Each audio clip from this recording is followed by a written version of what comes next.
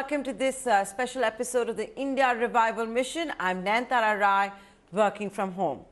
Today we're going to be discussing consumerism, life post the lockdown, how factories are doing, how retail at large is doing, e-commerce too, with my next guest.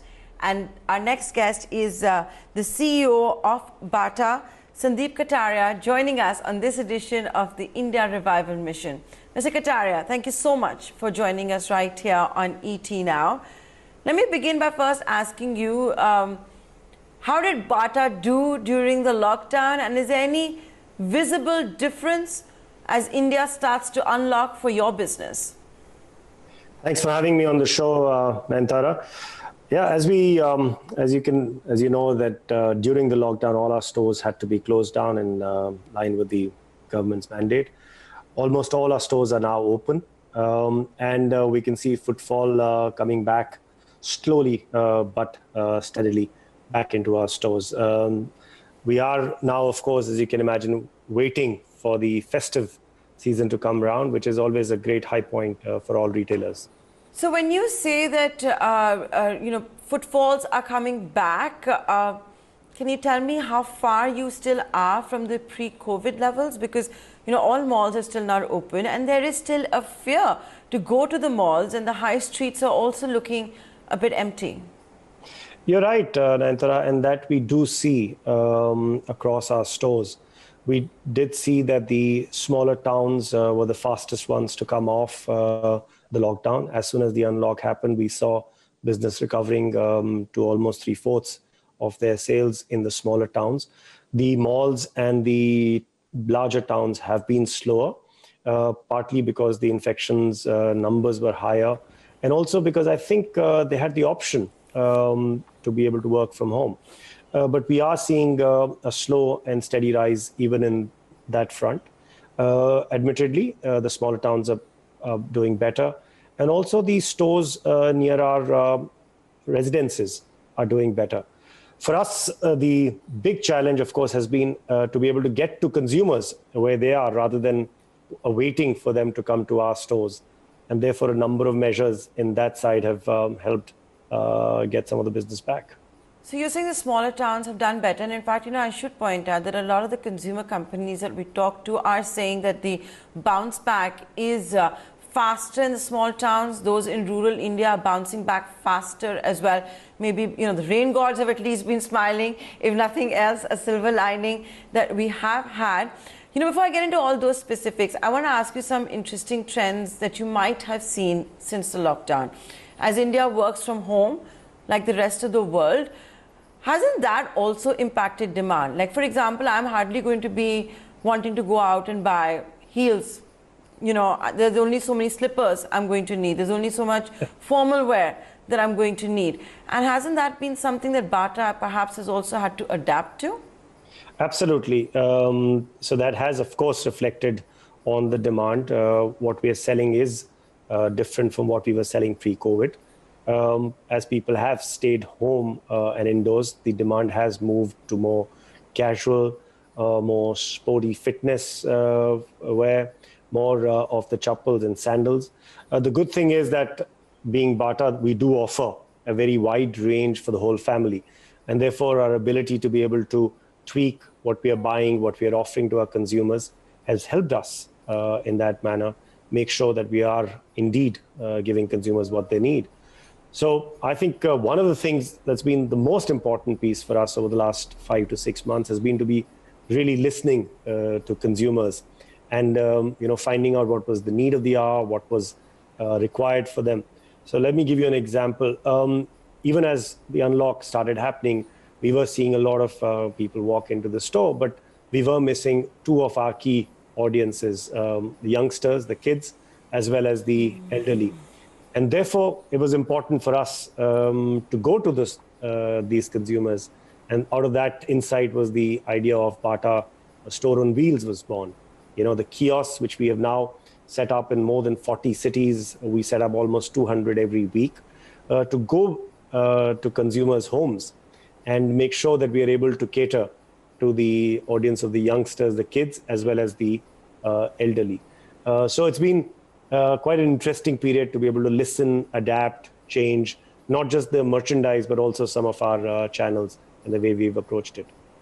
So, Mr. Kataria, that's some of the ways you've had to adapt to the new normal. Because, like I said, men, women are hardly going to be looking, for example, for office wear, formal wear.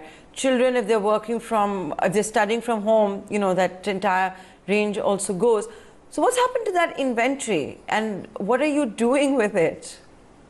No, I think the demand has reduced. It hasn't gone off. There are enough people like myself sitting in my office, people working in the industries, people working in some of the necessary, essential industries who have absolutely needed to go back.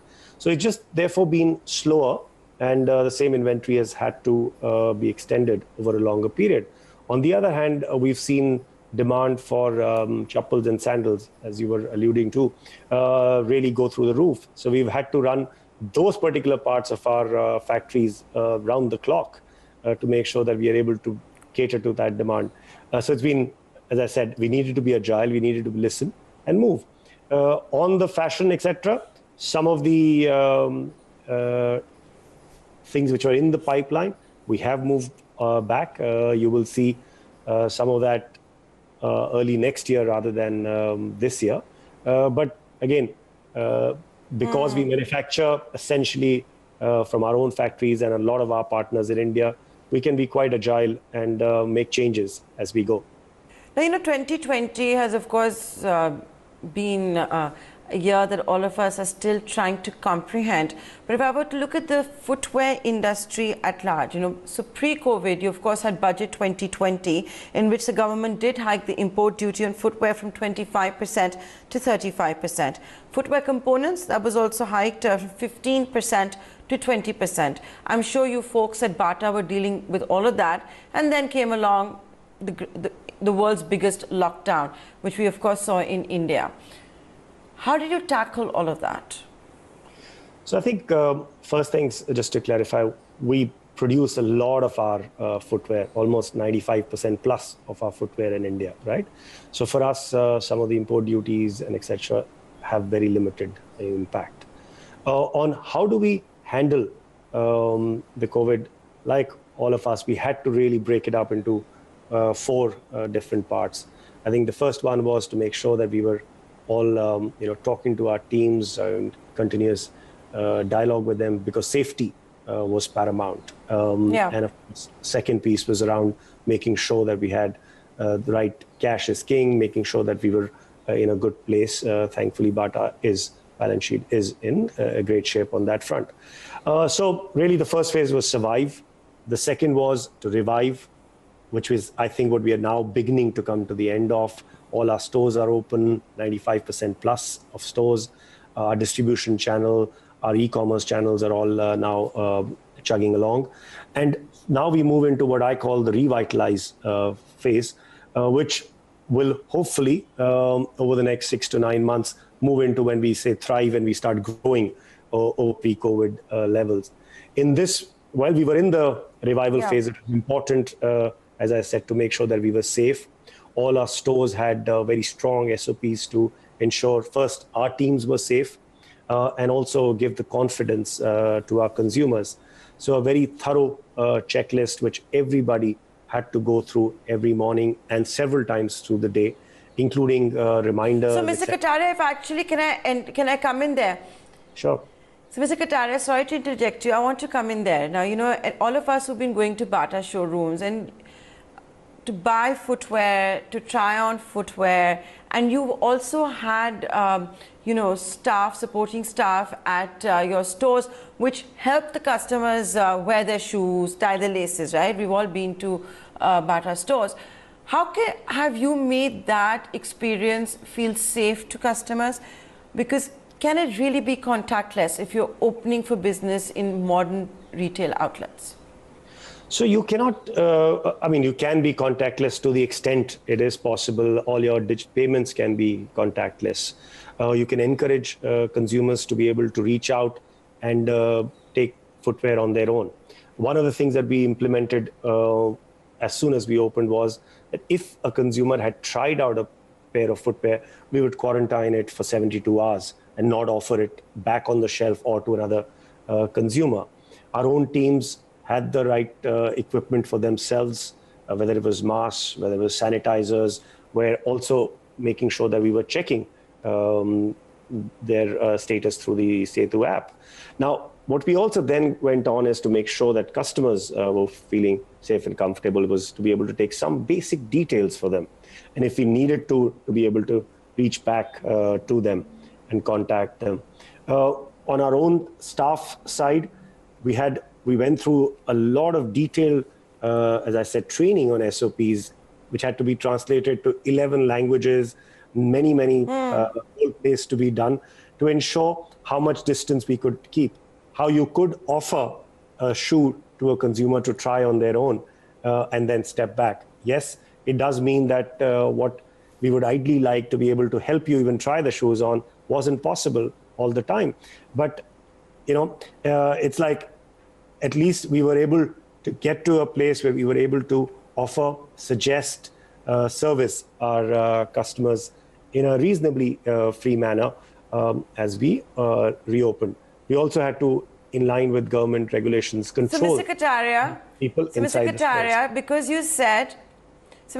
because you said that the smaller towns are coming back faster, can I just follow up and ask you that this entire conundrum, if I can call it that, of trying on a shoe, employees helping you wear the shoe, tie the shoelaces and all of that, is that even an issue in the smaller towns, or is it in the bigger metropolitan cities actually where there might be a fear at all?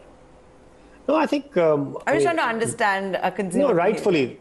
No, it is. I think on that front, they're not very different. The profile of the shoes that we sell, yes, does change. And yes, you do have more slip-ons, and therefore the need for shoelaces probably is lower in the really smaller towns.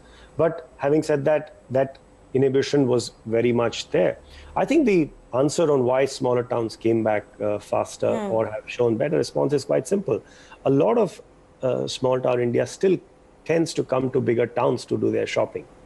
With a lot of movement restricted, there was clearly demand in the smaller towns itself. Second, in the larger towns, a lot of our jobs allow us to function quite seamlessly from home, given today's technology. That is not always the case in a smaller town, which might be an industrial or a service industry, which needs you to step out of home. So when you put both of those together, I think the answer is quite obvious. Having said that, as I said, it is moving in the... How far are you from the pre-COVID levels? We are still... Secretary, how far are you now from the pre-COVID levels? From, can you define the distance for us? Quite significantly when you go across POPs data, when you go across malls, for example, stores are still below 50% of pre-COVID in many cases. In high streets, we see stores performing up to 75, 80% of pre-COVID rates. The distribution business, which caters essentially to the lower, open shoes, that's pretty much back to normal pre-COVID. E-commerce is doing even better than pre-COVID. So it is quite a mixed bag, depending on what part of the business you look at.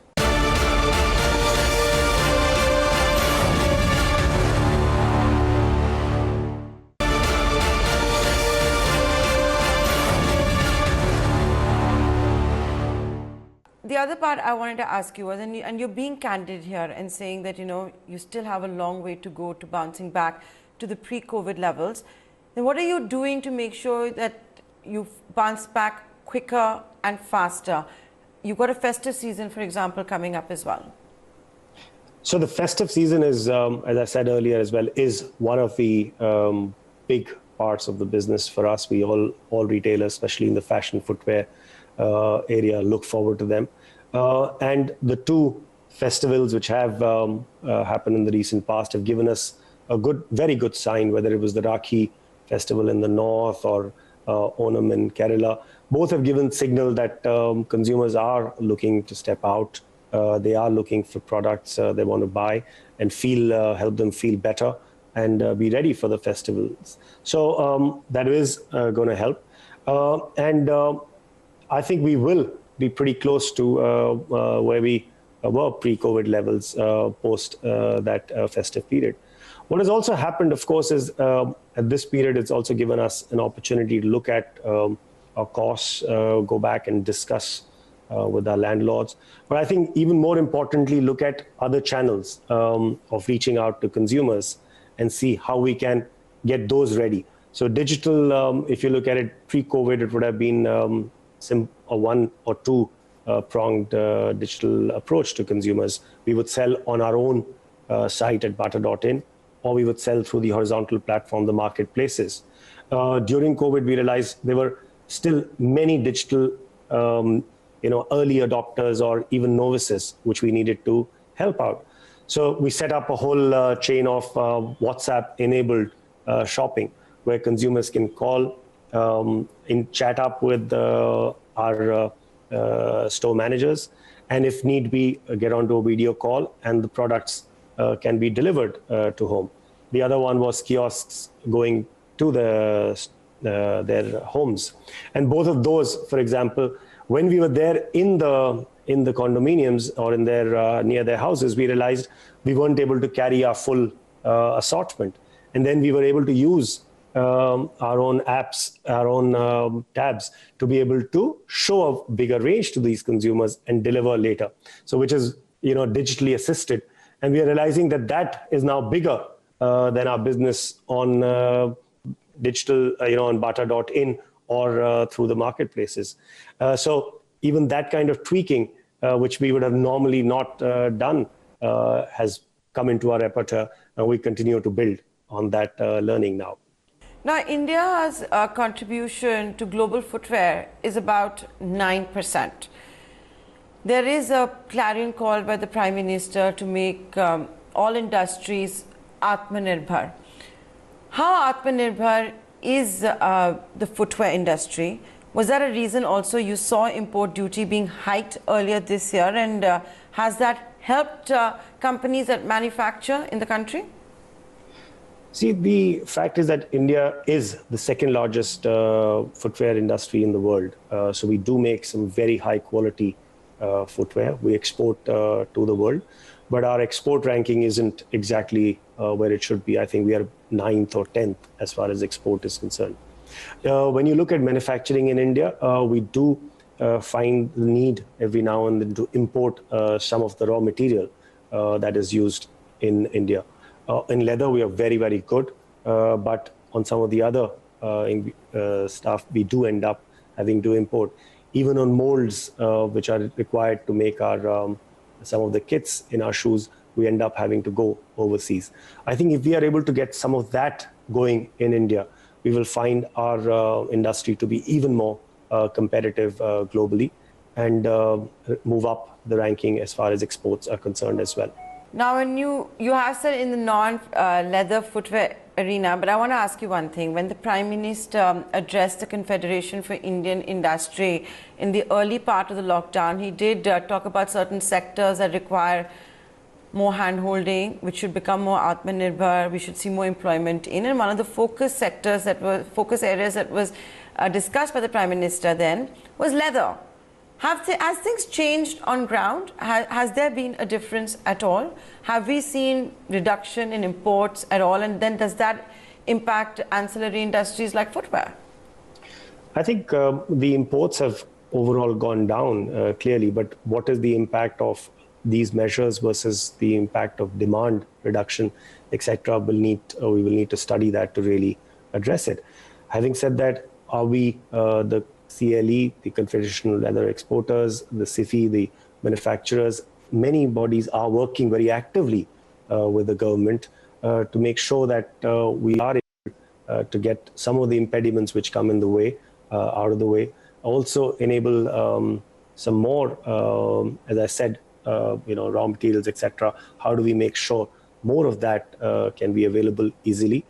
So there is a lot of work going on with the government right now, and I would suggest that we watch a little bit as some of those come into force as we go forward.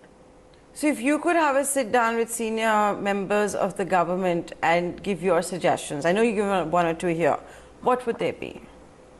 So in fact, we are doing that, Nayantara. So I would, for the moment, resist doing that on, on your medium. We are discussing that with them as a lot of the leather as well as footwear bodies working through the details.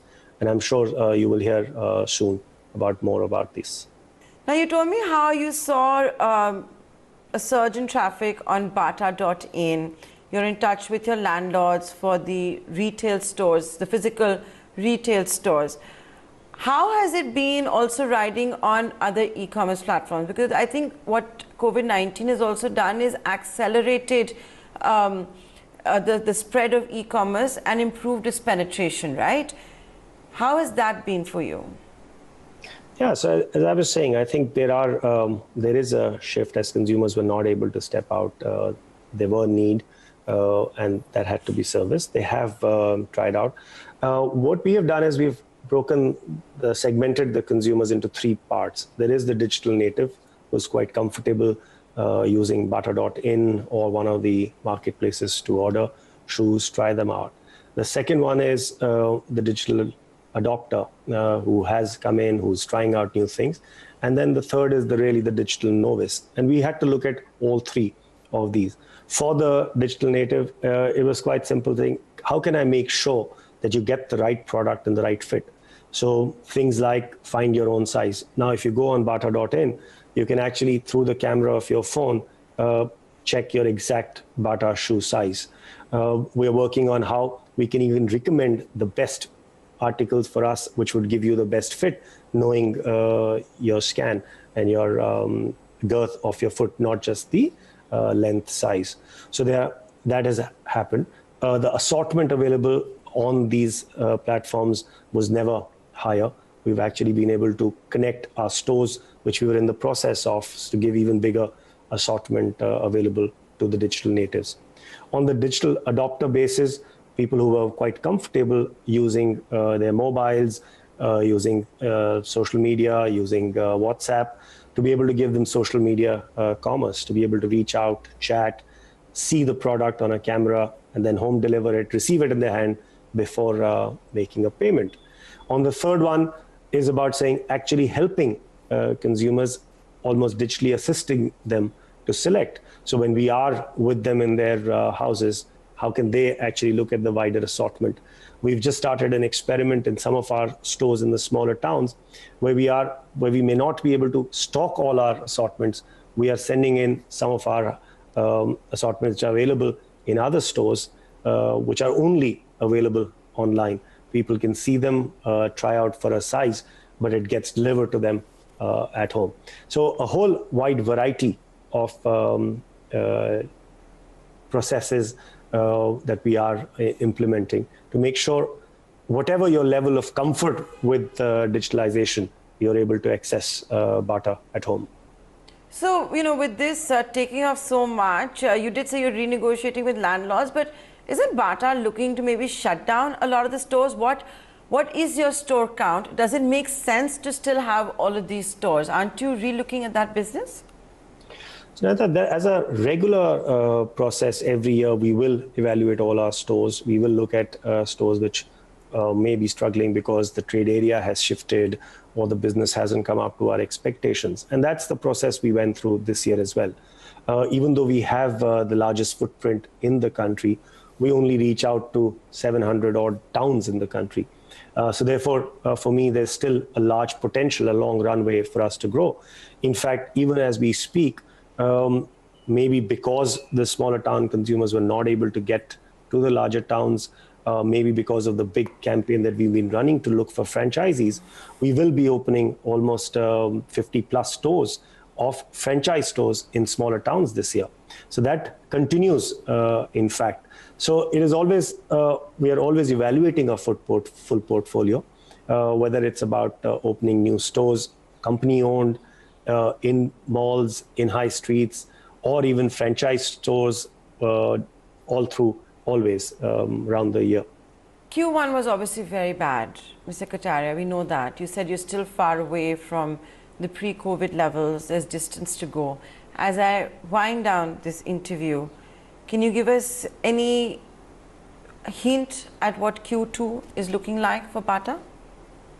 So I wouldn't want to, talk about specific numbers right now. But what I can say is we've been adding almost 10% of business every month over the last few months, and it's a pretty steady increase. The effort is on to get to pre-COVID levels during the next 3-4 months and early part of next year. I think the way the trends have been, I don't want to leave you with an impression that things are very far off. They are. We think with the festive season, we should be able to come within reaching distance of pre-COVID numbers, and hopefully in the first quarter next year, get to pretty close numbers there. Okay. With that, Mr. Kataria, I'll say a big thank you to you for being so candid. I know I asked a lot of questions that you may not have wanted to give hints to, but you've been kind enough to do that. Here's wishing you and the entire team at Bata all the very best. Thank you. Thank you for having me on the show.